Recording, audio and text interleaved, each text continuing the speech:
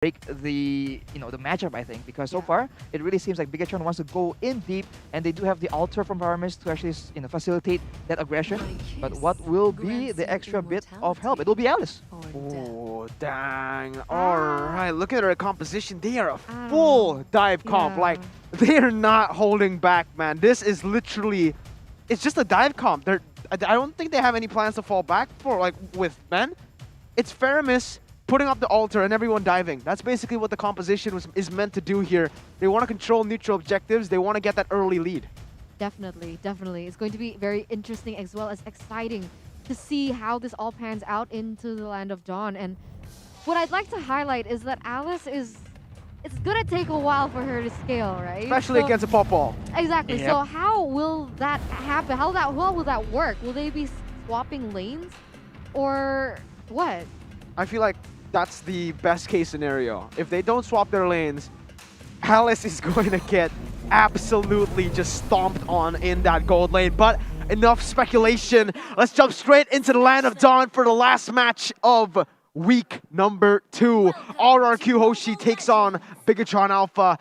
Everyone spam the chat right now. Hashtag Viva RRQ or hashtag BTR win, as both of these teams will be going at it right here, right now. Man, I'm so excited to see what happens here. I haven't seen the Alice from Matt in quite a while, and I'd like to see how that pans out. And it turns out they won't be swapping lanes here, Miracle. It is actually still going to be Alice in the gold lane with that Popol and Koopa. So let's expect that Alice to be kind of hindered, especially in the early stages of the game. Well, Little Wanderer already going to be contested here. Key jumping onto Clay will be able to deal so much damage as the Earth Shadow will not connect. But look at that. He is going to be able to pull Clay back in, and that's first blood from Bigetron Alpha, pushing some damage all the way onto R7 as well, forcing him to use that regeneration. BTR already finding success with his dive comp. Yep, the composition from Bigetron is just quite strong in the early game, right? With the Kufra, with the Cho, and as well as Rainbow and the Paramis. It's just a lot of utility and a lot of damage as well. They're going to try and use it to its full potential. Before RRQ, I think, at level 4, I think they'll have a lot more options to use, a lot more options to explore afterwards. So before that, though, Bigetron will try and be as aggressive as possible. Yeah, we can totally see the aggression happening here. And turns out Rainbow on Faramis is annoying.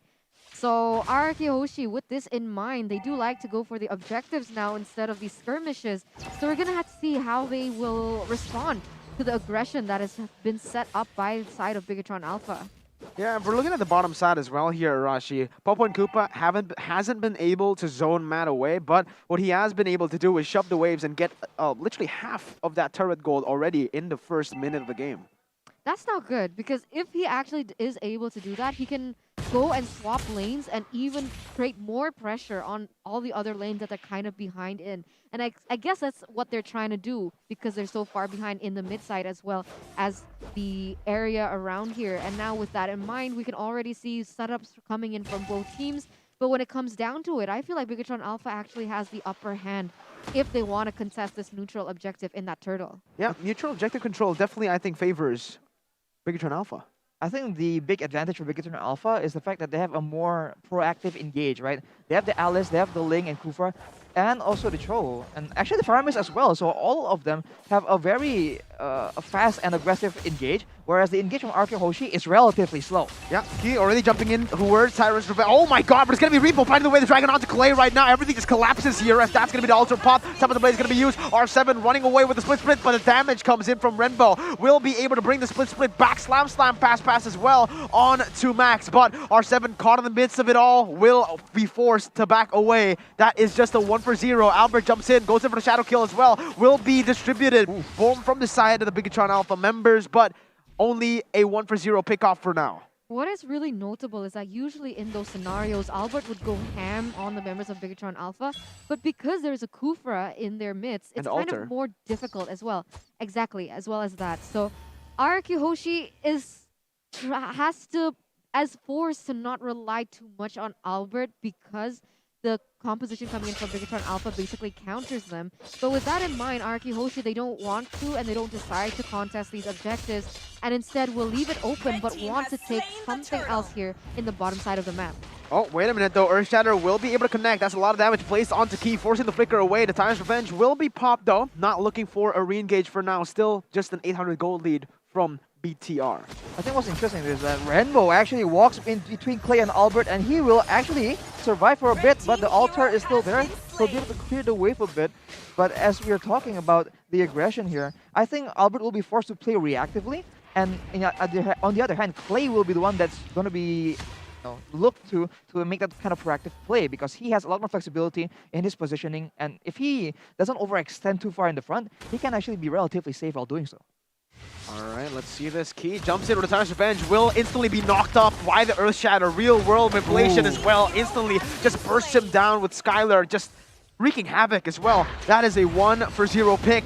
RRQ HOSHI have equalized in terms of kills, and it might just be them securing the tempo in this early stage. Right now, RRQ HOSHI, they're just looking for something basically because they can't contest the neutral objectives. They're looking for picks. So in a 3v2 situation, obviously that would favor RRQ HOSHI, and they did and were able to get that pick off.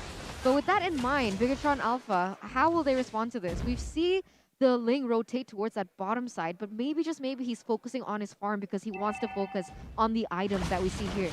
Right, speaking of the items though, Clay, with a very aggressive build, right? The cooldown boots and the enchanted talismans, so already stacking a lot of cooldown reduction and mana, but not real any defensive stats. But here Key will be targeted. Yeah, they used all the resources for Key. Nothing much more from the side of BTR. They're not looking for trades anywhere on the board.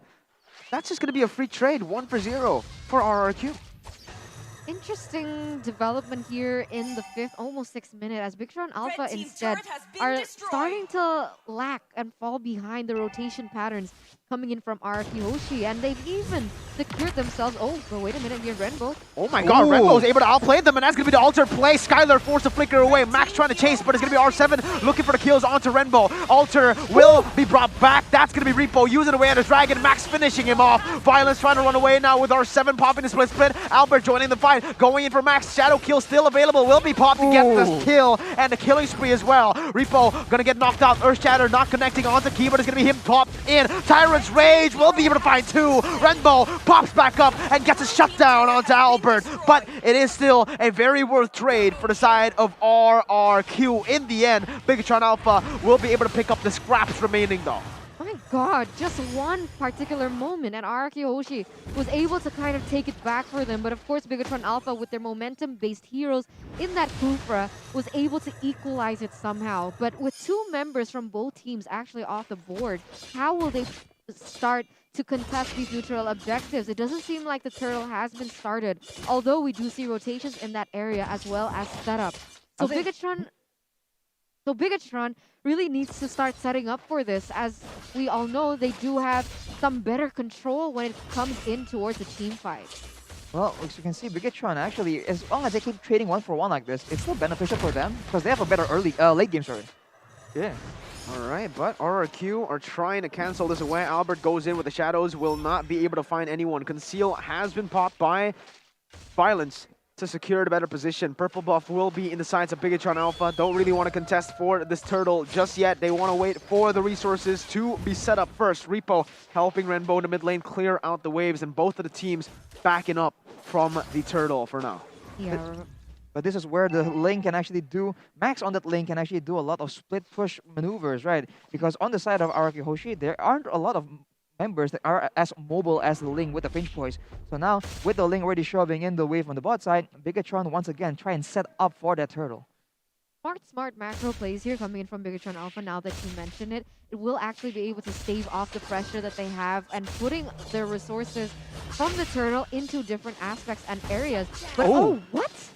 Yeah, Renbo gets picked off. Max will be able to get the neutral objective though, presented to you by the Samsung Galaxy A series. But another pick off towards Renbo. This is one of the things that is, I guess you can kind of say it, you can kind of call it a negative for the Faramis. You get picked off way too easily here. You're not really a tanky hero, but look at Key. He's able to get a pick off onto Violence, and that's going to be a pick off and a kill taken by BTR on the board. Looking for some sort of compensation here. That is definitely worth it for the side of Bigetron Alpha. And now, if you guys want to see this amazing match on the big screen, you can always check out Cinepolis, because when have you ever watched MPL in the theaters, guys. It's a huge, huge opportunity for you. And also, Mobile Legends X Sanrio. Oh my god, Repo with the styles will be able to lock Albert down. It's going to be the quad shadow, but instant response by Max. Oh my god, Repo on this Cho has just been something special, man. The stun will be able to connect onto Renbo. It's only a bait as Key comes in for the backup. But man, what was that, Repo? It was so fast on that way, the Dragon. Yeah, that is what we were talking about. When they have a lot more proactive crowd controls, they can engage the fights almost at will, whereas RRQ HOSHI need to wait for that very specific opportune moment. And right now, I think they're going to be forced to actually play S5, because if they split up with, into 2s or 3s, they can easily get engaged on by Bigetron Alpha. And every single one of the members of Bigetron can do that, So there isn't really one particular threat. Everyone is a threat for RRQ HOSHI right now. And they can also win in the split push department. Again, Renbo is going to get caught, pops the altar before he dies, and he will be able to dish some damage and even clear the waves. But I guess, again, this is what I said.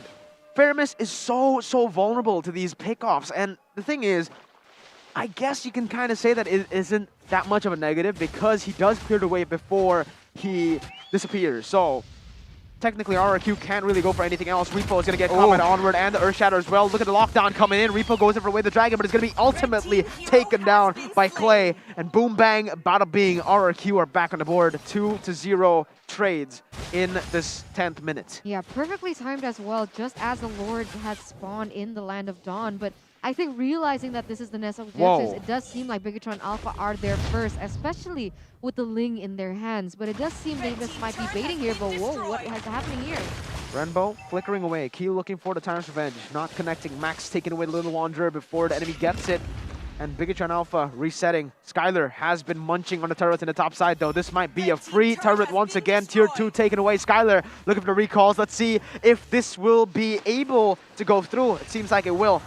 Bigetron with no response to the 2 turrets that have just been taken away in that top side. Another example of how our RRQ HOSHI loves to play with what I call, distractions. They were distracting Bigetron Alpha to thinking that they were taking this next objective in that Lord, but it turns out it was Skylar there in the top side getting so much gold, just biting out that tower. Like Mirko mentioned, if you guys want to take a bite out of food, you guys always can check out the promo for and buy grab here with that promo code that Mirko mentioned like almost 4 times.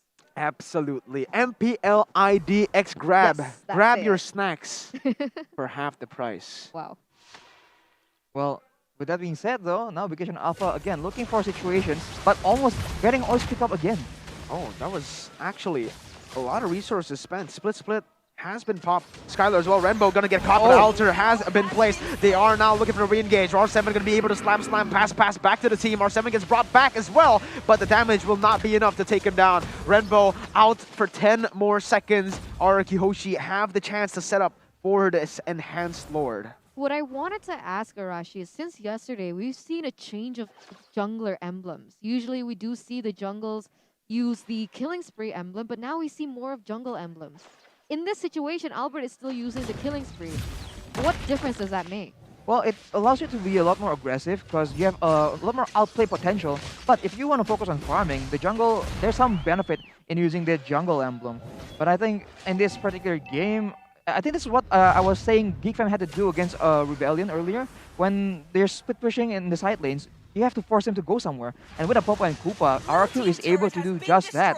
Right now, finally, another turret being taken on the field, but the Lord will still be the main contested objective, and Bigetron has the control.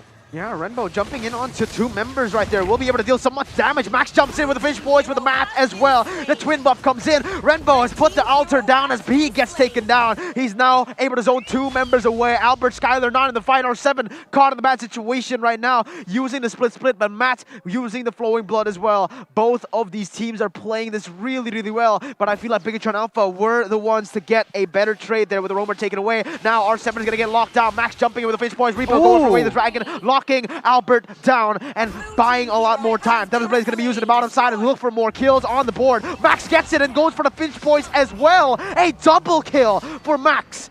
And BTR takes a 2-for-1. Wow, my god. I mean, if we thought Albert was a good jungler, I certainly do think that Max is falling heavily into that category as well. I mean, they So did efficient. mention, exactly, they mentioned in the interview that, you know, Albert is the flashy jungler, but you know, Max, he can do better. And this is exactly what he's trying to prove. And you can see the outplays, the macro, the efficiency coming in from Max is definitely insane. And with that in mind, they will actually be able to take this enhanced Lord, but maybe, just maybe, not without a fight here, Miracle. Let's see, it's gonna be the Retribution battle. It's going to be Max not taking it. His twin takes it. Violence running away will be bursted down. The altar has been placed. And my, oh my, this is insane. His twin covered for him. Twin buff. The twin buff is absolutely real. And I think what needs to happen right now for RRQ at least is for Violence to stop getting picked off so early into these fights, man. He needs to be able to actually be with his team when the fights happen, because if he goes in too aggressively early on, he's not tanky enough to withstand all that damage, and he just gets picked off before the fight even begins. And R7 can't be the sole tank because of the very smart pick from Rainbow, right? With the Faramis on the field, the group is no longer that tanky. Oh, that was so scary. Albert popping the quad shadow. Repo instantly showing up. That's... Oh man, I almost got a heart attack there, but Bigetron Alpha will be able to rotate to that mid lane, pushing it once more now with the buff minions. Rainbow is going to be able to get caught there, but Altar will be placed once again right before he falls, buying a little bit more time, and that's going to be Skylar traded on the board. Max popping the Tempest of Play is going to be able to get the kill down, and a 1-for-1 right now, but they will be able to get turrets off of this one. Mid lane turret available, bot side pushed away. Enhanced Lord will be taken down in that top side though, so BTR only collecting the inner turrets of RRQ's base. But definitely still a positive thing for the side of Bigetron Alpha. I mean, look at that pressure on all three lanes. And this is exactly what we mentioned. Bigetron Alpha with their composition will be it'll be very easy for them to contest the objectives and so on and so forth. And with such synergy from the side of Bigetron Alpha, as well as how amazing Max has been performing on this Ling, it is going to be very interesting to see what RRQ HOSHI will do next. But we do have a fun fact here by Grab. Faramis is the... It's very, unpopular, I guess. Okay. But, oh my god, the damage once again. It's going to be Key flickering forward, and R7, he might be caught in the midst of it all now. Bigetron Alpha looking to collapse onto this Repo, denying any sort of re-engage. Slam, pass is going to be used, but it's going to be Key taken down. R7 baits the entire team. Rainbow caught in the midst of it all. Will be able to use the altar. Matt jumps in all the way onto Skylar. Will be able to knock him down, but it's going to be Skylar able to get the damage done. Tempest Blade is going to be used. Max jumping away. Shadow kill now popped, and that's going to be the immortality that follows. Repo trying to run away, but Skylar will knock him down. The spears are too much. The screams from RRQ right now as they siege down the inner turrets. Skylar hurts, bro. Skylar has been such a consistent gold laner. We haven't seen much from him aside from this Popo and Koopa, aside from the tower pushes, but man, oh man, now that he has actually gotten rolling, his damage is insane. And that is the Popo and Koopa tower demolition strategy we've seen again and again. It is just so effective. If Bigetron Alpha lose a fight, they have to at least take him down. But this is the instant replay from the Samsung Galaxy A series. In the beginning, Rainbow already used the bulk of his damage onto R7, so not a lot left, and Albert just waits for the right time, the right moment to go in, and afterwards, once the bulk of those AoE spells is expended from the side of Bigetron Alpha, RRQ was just able to get the easy 1v3v3 essentially, right? Yeah, so like you mentioned, so long as Violence doesn't get picked off, you can see how impactful he can do with the Earth Shatter that he has, of course, in his arsenal. But now it seems like they are going to start contesting this Lord, Miracle. Let's see, Bigetron Alpha looking to contest this Lord. R7 will be able to bring Key back to the team. Instant onward to follow it up. But it's going to be Rainbow popping the altar before anyone was taken down. Killing spree going to be popped. The Key is still alive due to the altar. Max looking for a good pickoff. R7 using the slam, pass to knock Key down. That is Key and Rainbow's ghost going away. Max and Matt in the midst of it all now. Matt jumping onto 4, but it might be a mistake. The winner's truncheon has been popping Bigetron Alpha. They might just be They might have just made a mistake here. RRQ are looking to end with 1 more minute on the board. Max jumps in. He tries to clear the waves. He will be able to, but at what cost? Max running away. The base is going to be targeted here. They don't need the minion waves. That's game number 1 for RRQ.